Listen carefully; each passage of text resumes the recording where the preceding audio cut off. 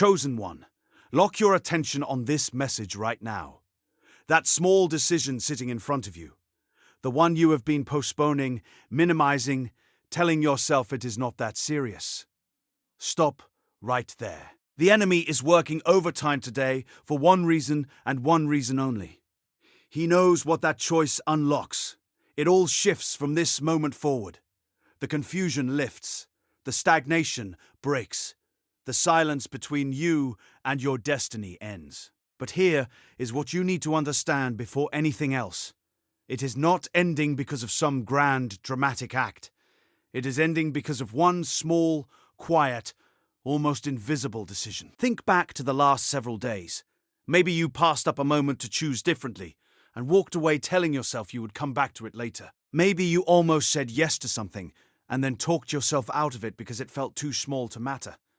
You looked at that choice and thought, this cannot be the thing that changes everything.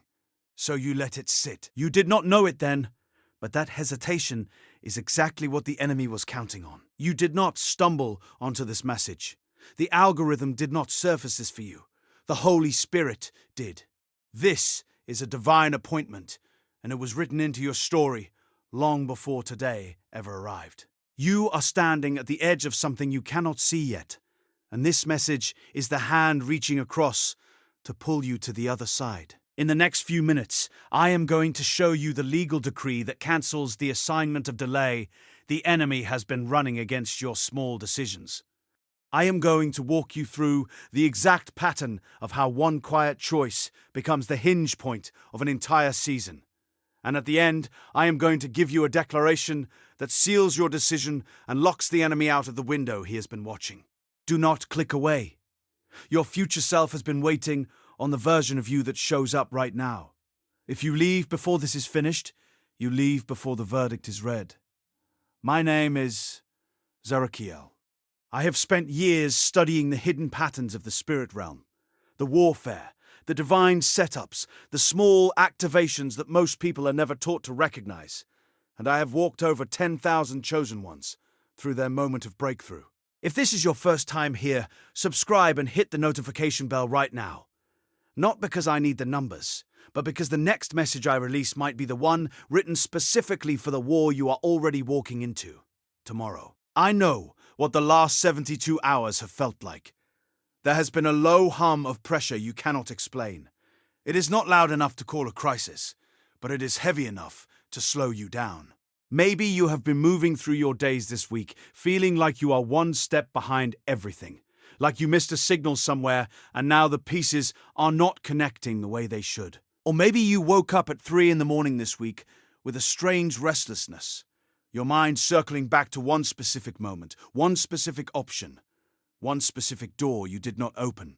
You feel like you are suspended, close to something, but not inside it yet. And in that suspended place, the enemy has been whispering a very specific lie.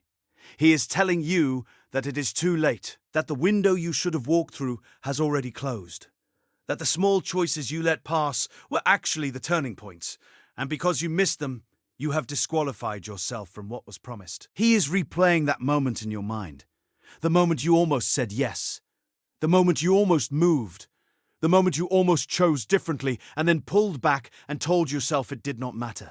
He wants you to believe that moment was your undoing.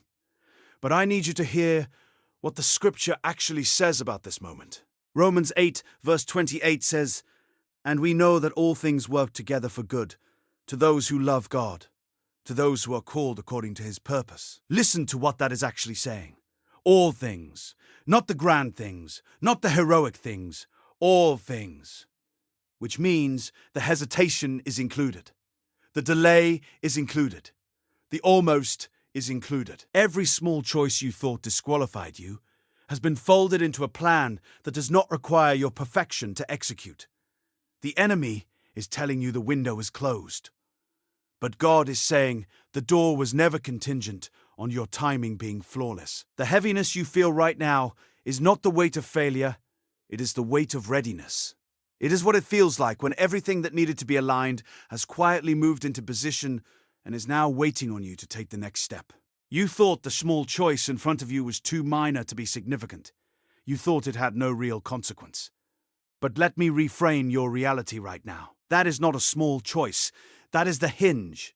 That is the exact point where one version of your future seals shut and another one swings open.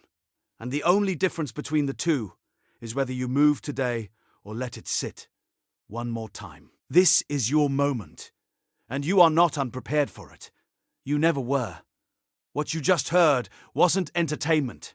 It was confirmation. And if you're ready to go deeper, the Chosen One's mantle will show you exactly why God separated you before birth, why the attacks came so early, and what He's unlocking in this season, code by code, until you're walking the life He already wrote over you. The link is waiting in the first pinned comment, but not for long. Now let me show you what is actually happening beneath the surface of this moment, because there is a pattern running that most people never recognize until it is too late to ignore. The reason you have been hesitating is not weakness.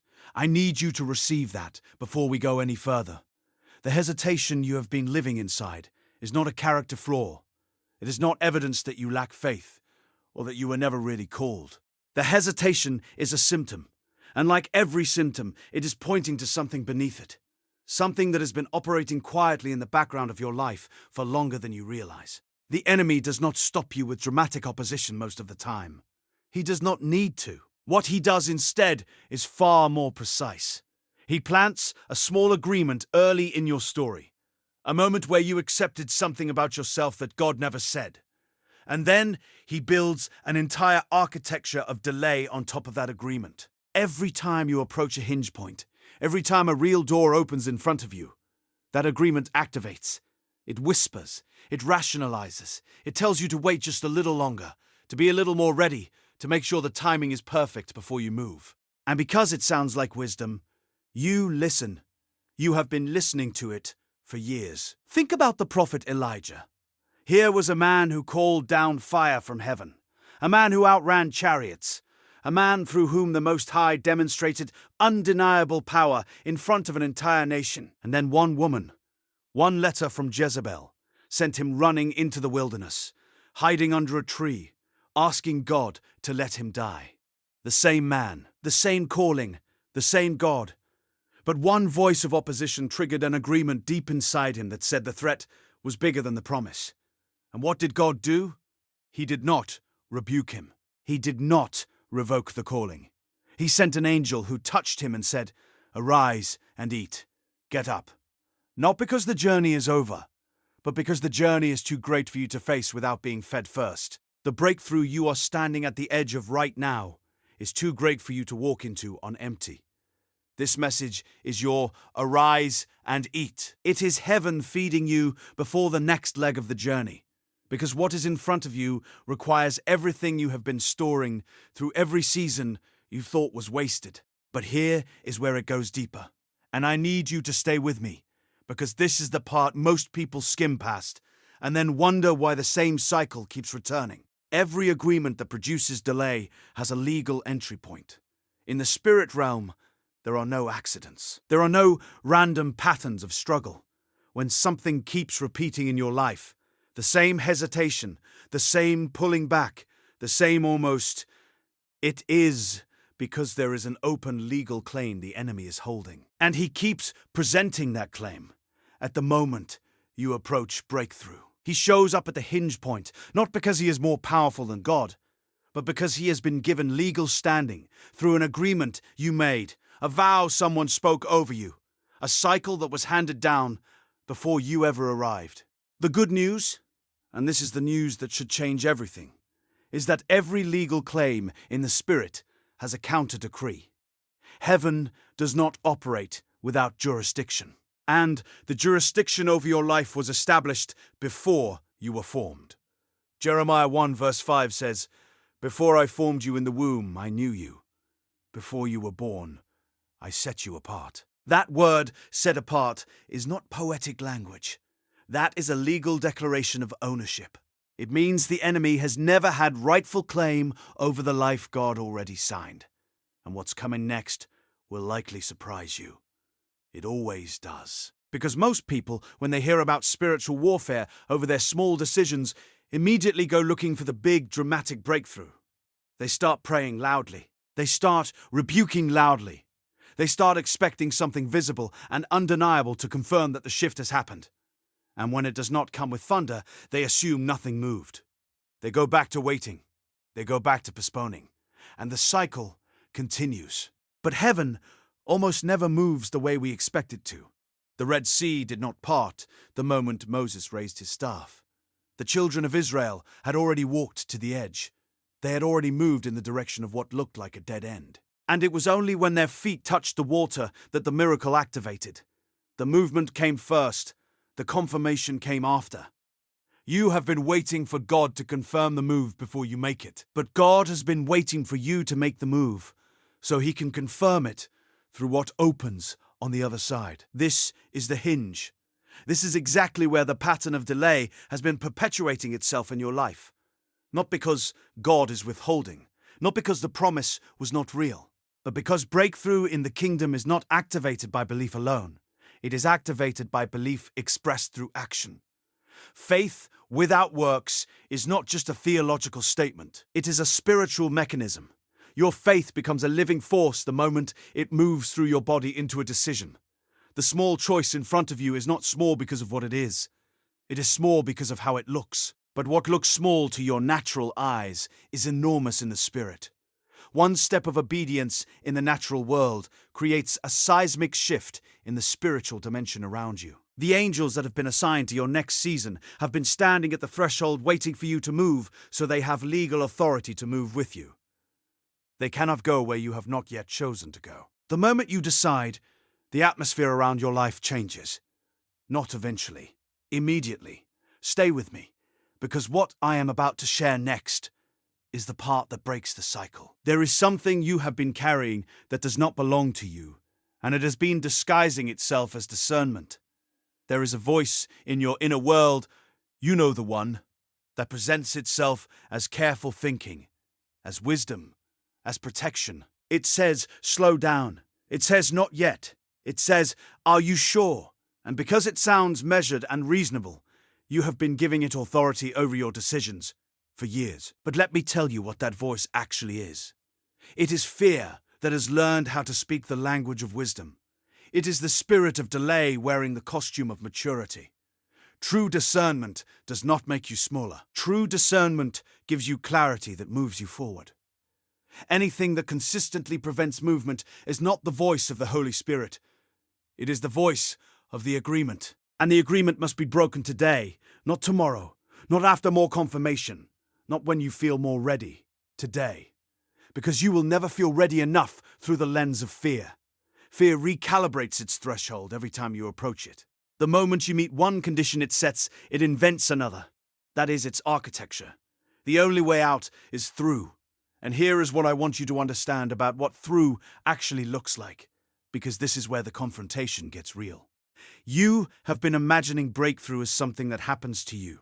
A door that flies open on its own. A moment when circumstances arrange themselves so perfectly that moving forward becomes effortless.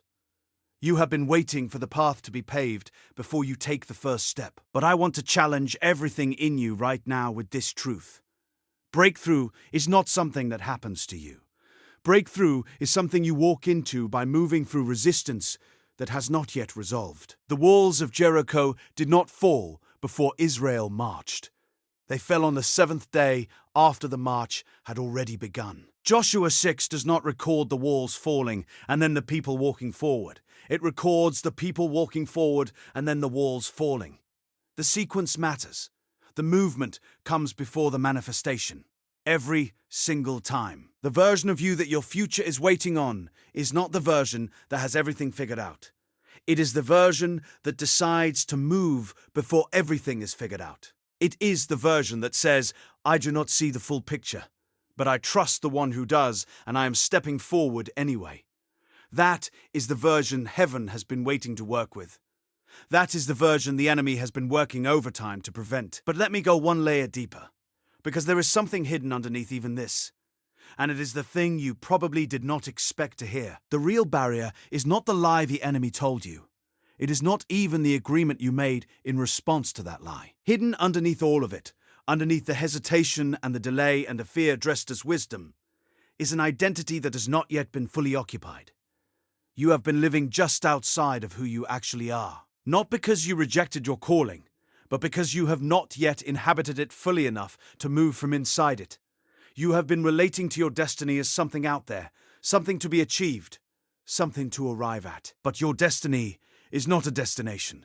It is a dimension of identity. It is who you are when you stop managing the gap between who you believe yourself to be and who God says you are. The moment that gap closes, the moment you stop standing at the edge of your own identity looking in, the decisions stop being terrifying. Because you are no longer deciding from a place of trying to reach something. You are deciding from a place of already belonging to it. This is the thing no one prepares you for. The breakthrough was never outside you waiting to be unlocked. It was inside you waiting to be released. And the small decision in front of you right now is not the door to your purpose. It is evidence that your purpose is already alive inside you. The very fact that you feel the weight of it, the very fact that it has been pulling at you, the very fact that you are watching this message right now and something inside you is resonating at a frequency you cannot fully explain. That is not a sign that your destiny is approaching. That is the sound of it, already being present, and now asking to be expressed. And here is the part you probably did not expect. The thing that has been blocking you is not the enemy. It is not your past. It is not the people who hurt you, or the doors that closed, or the seasons that went silent. It is the version of you that has been protecting itself from the magnitude of what you were made to carry. Somewhere along the way, you decided that being great was dangerous, that being visible meant being vulnerable, that stepping fully into your calling would cost you something you were not willing to lose. And so you created just enough distance between yourself and your full identity to feel safe. That protection served you once, but it has become a cage. And the door of that cage is the small decision sitting in front of you right now. Not because making it will fix everything immediately, but because making it is you choosing yourself, fully, finally, without condition. It is you saying to heaven, I am done holding myself back from what you placed inside me. I am done protecting myself from my own calling. I am ready to occupy who I was made to be, and trust that the God who placed this in me before birth has already prepared what comes next. You came to this message for a reason, and you already know what the decision is. You have known for longer than you would like to admit. The only question left is whether you are going to let today be the day the hesitation ends. Place your hand on your heart right now and declare this with me. I break every agreement I have ever made with delay. I renounce every lie I accepted about my readiness, my worth, and my timing. I declare that the calling placed inside me before birth is alive and active today, and I am no longer willing to stand at the edge of my own identity looking in. I release the version of me that was protecting itself from magnitude. I step into the fullness of who God said I am. I move today not because everything is clear, but because the one who called me sees what I cannot yet see, and that is enough. Every legal claim the enemy has held against my breakthrough is cancelled now by the blood covenant that was established over my life before I ever made a mistake. I am not disqualified. I am not too late. I am exactly where I am supposed to be, and I am moving forward from this moment into everything that has already been written over my name. It is done. It is sealed. And it is now. Now go make the decision. Not tomorrow. Right now. Your future self has been waiting long enough.